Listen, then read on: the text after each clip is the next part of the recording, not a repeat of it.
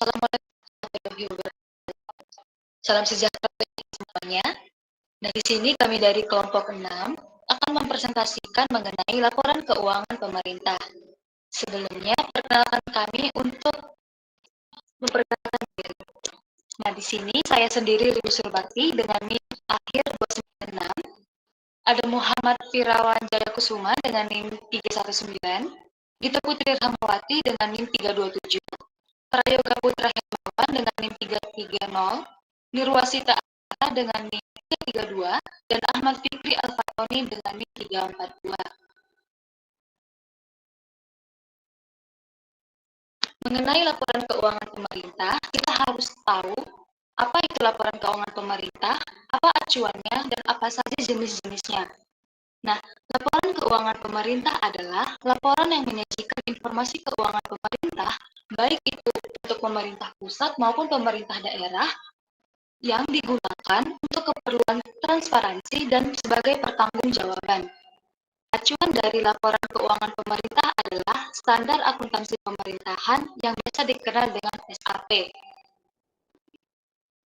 Selanjutnya terdapat 7 jenis laporan keuangan yang disusun oleh pemerintahan. Yang pertama, laporan realisasi anggaran. Yang kedua, laporan perubahan saldo anggaran. Keempat, laporan operasional. Yang kelima, laporan arus. Laporan perubahan ekuitas. Dan yang ketujuh, catatan laporan keuangan. Yang pertama, mengenai laporan realisasi anggaran.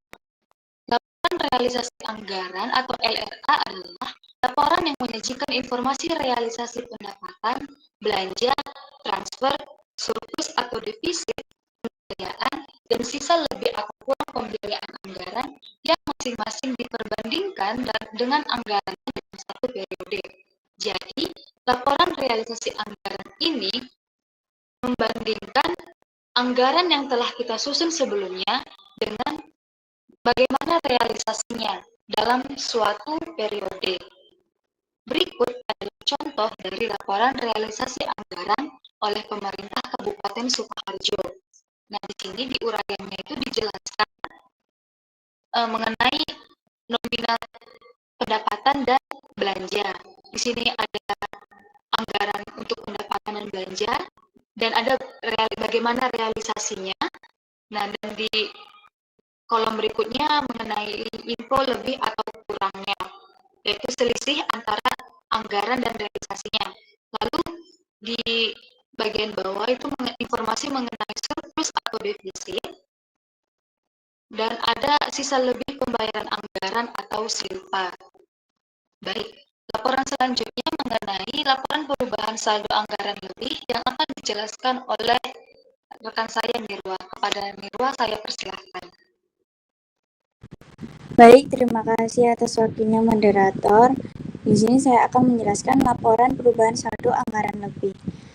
Apa itu laporan perubahan saldo anggaran lebih? Laporan perubahan saldo anggaran lebih yaitu laporan yang menyajikan informasi mengenai kenaikan atau penurunan saldo anggaran lebih pada tahun pelaporan dibandingkan dengan tahun sebelumnya. Laporan perubahan saldo anggaran lebih yaitu komponen laporan keuangan yang disajikan secara komparatif dengan periode sebelumnya. Nah, perubahan saldo anggaran lebih ini menyajikan komparatif seperti saldo anggaran lebih, sisa lebih atau kurang pembiayaan anggaran tahun berjalan, koreksi kesalahan pembukuan tahun sebelumnya, dan saldo anggaran lebih akhir. Nah, laporan perubahan saldo anggaran lebih ini hanya disajikan oleh Bendahara Umum Negara dan entitas pelaporan yang menyusun laporan keuangan konsolidasi. Sekian penjelasan dari saya kembalikan ke moderator. Baik, terima kasih atas penjelasannya rekan Nirwa.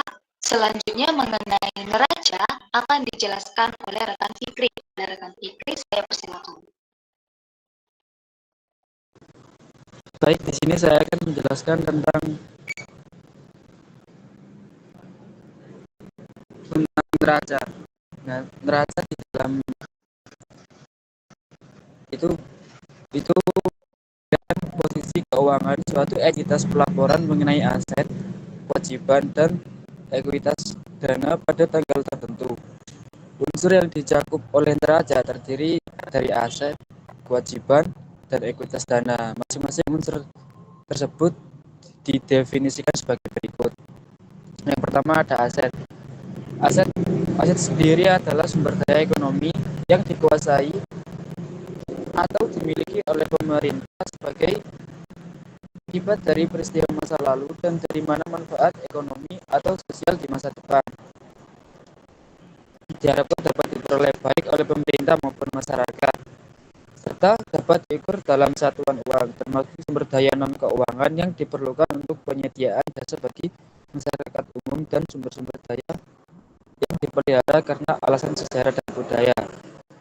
Nah, yang kedua ada kewajiban. Kewajiban sendiri adalah utang yang timbul dari peristiwa masa lalu yang penyelesaiannya mengakibatkan aliran keluar sumber daya ekonomi pemerintah. Yang ketiga itu ada ekuitas dana. Ekuitas dana sendiri adalah kekayaan bersih pemerintah yang merupakan selisih antara aset dan kewajiban pemerintah. Sekian dari saya kembalikan kepada moderator. Baik, terima kasih atas penjelasannya rekan Fitri. Selanjutnya mengenai laporan operasional pemerintah yang akan dijelaskan oleh rekan Firawan. Rekan Firawan, saya persilakan. Baik, terima kasih moderator. Di sini saya akan menjelaskan laporan operasional pemerintah. Laporan operasional pemerintah adalah salah satu bentuk laporan keuangan yang disusun oleh entitas pemerintah untuk menyajikan informasi mengenai pendapatan dan belanja selama periode tertentu. Laporan ini menggambarkan kinerja operasional pemerintah, termasuk sumber-sumber pendapatan seperti pajak, retribusi, atau bantuan, serta pengeluaran untuk belanja operasional, investasi, dan transfer kepada entitas lain. Komponen utama dalam laporan operasional pemerintah meliputi yang pertama pendapatan, dari pajak, retribusi, penerimaan negara, bukan pajak atau PNBP, dan hibah. Yang kedua ada beban operasional, itu dari termasuk belanja pegawai, belanja negara, serta biaya operasional lainnya.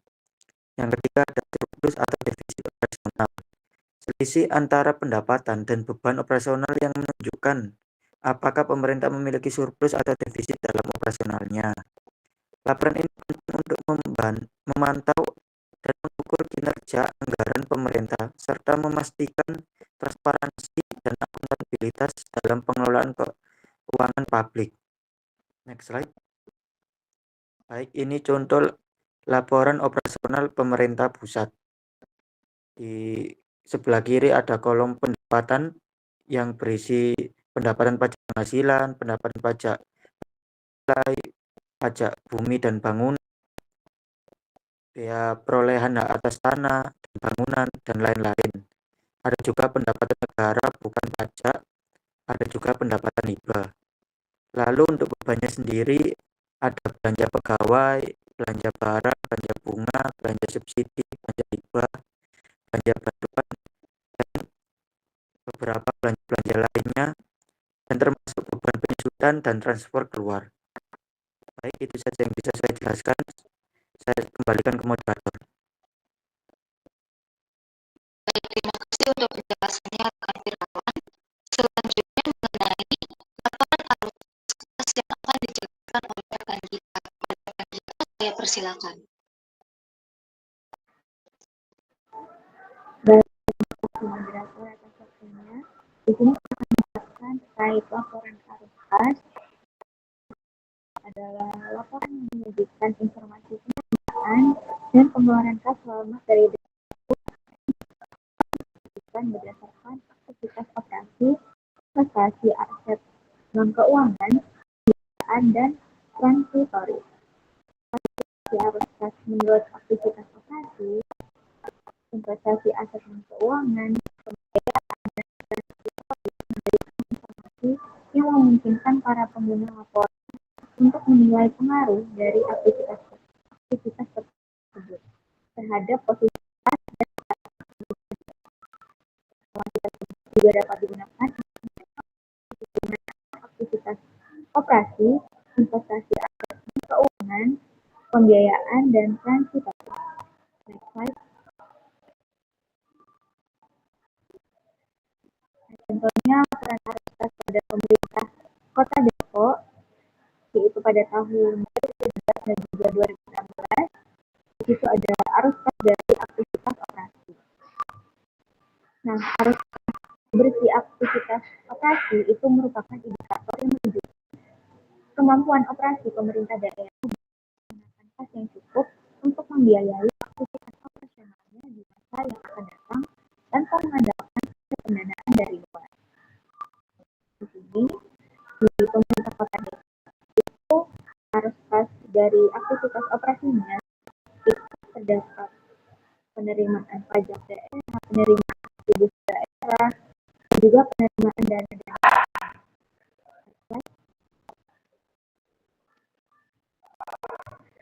Selanjutnya itu ada arus kas dari aktivitas investasi.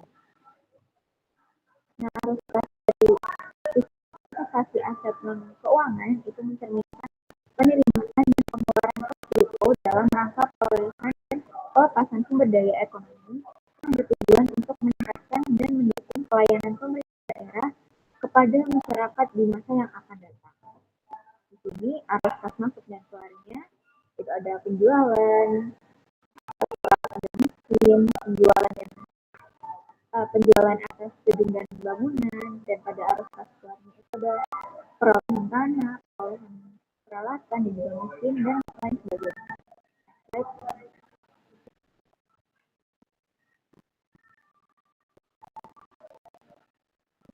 Selanjutnya ada arus kas dari aktivitas pendanaan. Nah, arus kas dari aktivitas pendanaan mencerminkan penerimaan dan pengeluaran kas yang berhubungan dengan perolehan atau pemberian pinjaman jangka panjang. Di sini ada kas masuk jumlah dari arus masuk kas dan juga arus keluar. Dan pada arus dari aktivitas transitorisnya, yaitu adalah aktivitas penerimaan dan pengeluaran kas yang tidak termasuk dalam aktivitas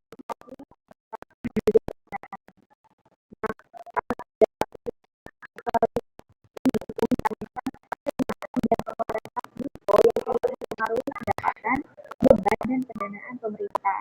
Arus kas ini itu antara lain itu misalnya dari perhitungan pihak tiga. Nah, di situ juga termasuk dalam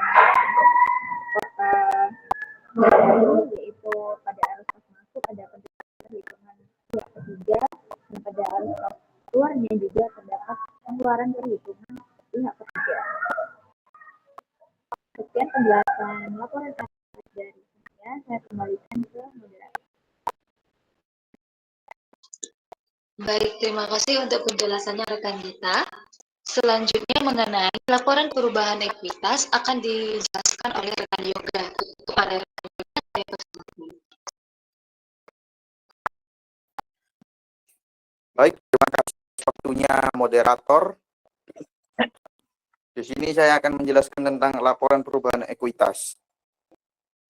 Laporan perubahan ekuitas sendiri itu adalah merupakan salah satu dari laporan keuangan yang harus dibuat oleh pemerintah pusat atau daerah yang menggambarkan peningkatan atau penurunan aktiva bersih selama periode yang bersangkutan berdasarkan prinsip pengukuran tertentu yang dianut.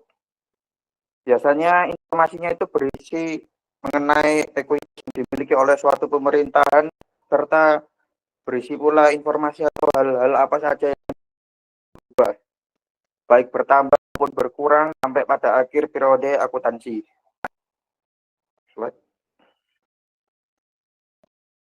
Nah, ini saja adalah contoh laporan perubahan ekuitas dari pemerintah Republik Indonesia untuk periode yang berakhir sampai dengan 31 Desember 2022 dan 2021. Nah, ya, di sini tuh ada akun yang ekuitas awal, di mana itu menunjukkan ekuitas awal milik kita. Terus ada surplus atau defisit LO. Kalau dalam kurung berarti itu defisit ya, yang artinya akan mengurangi. Lalu ada juga koreksi yang langsung menambah atau mengurangi ekuitas. Ada akun-akun seperti penyesuaian silpa, koreksi nilai persediaan, revaluasi aset tetap, koreksi nilai aset non-revaluasi, dan lainnya. Jumlah-jumlah koreksi itu mengurangi atau menambah ekuitas. Kalau di sini untuk tahun 2022 itu mengurangi, sedangkan untuk 2021 itu menambah. Nah, selanjutnya ada transaksi antar ekuitas dan atau penurunan ekuitas. Di sini tadi tahun 2022 itu ekuitasnya itu berkurang, sedangkan di 2021 itu bertambah. Untuk ekuitas akhirnya sendiri itu ya gini. Dan dari saya kembalikan ke moderator. Baik, terima kasih untuk penjelasannya rekan yoga. Nah, selanjutnya untuk laporan yang terakhir, ini sebagai laporan tambahan yang dikenal dengan catatan atas laporan keuangan. Catatan atas laporan keuangan atau CALK adalah laporan yang menyajikan informasi tentang penjelasan atau daftar terinci atau analisis atas nilai suatu pos yang disajikan LFA, LPSAL, LO, LPE, neraca, dan dalam rangka pengungkapan yang memadai. CALK merupakan bagian yang tak terpisahkan dari laporan keuangan yang menyajikan informasi tentang penjelasan pos laporan keuangan dalam rangka pengungkapan yang memadai. Baik, sekian presentasi dari kelompok 6. Kami mengucapkan terima kasih bagi teman-teman yang sudah mendengarkan sampai akhir, dan kami juga memohon maaf atas kesalahan ataupun kekurangan selama presentasi berlangsung. Bagi teman-teman yang mempunyai pertanyaan, dapat mengajukan pertanyaannya pada kolom chat. Sekian dari kami, terima kasih.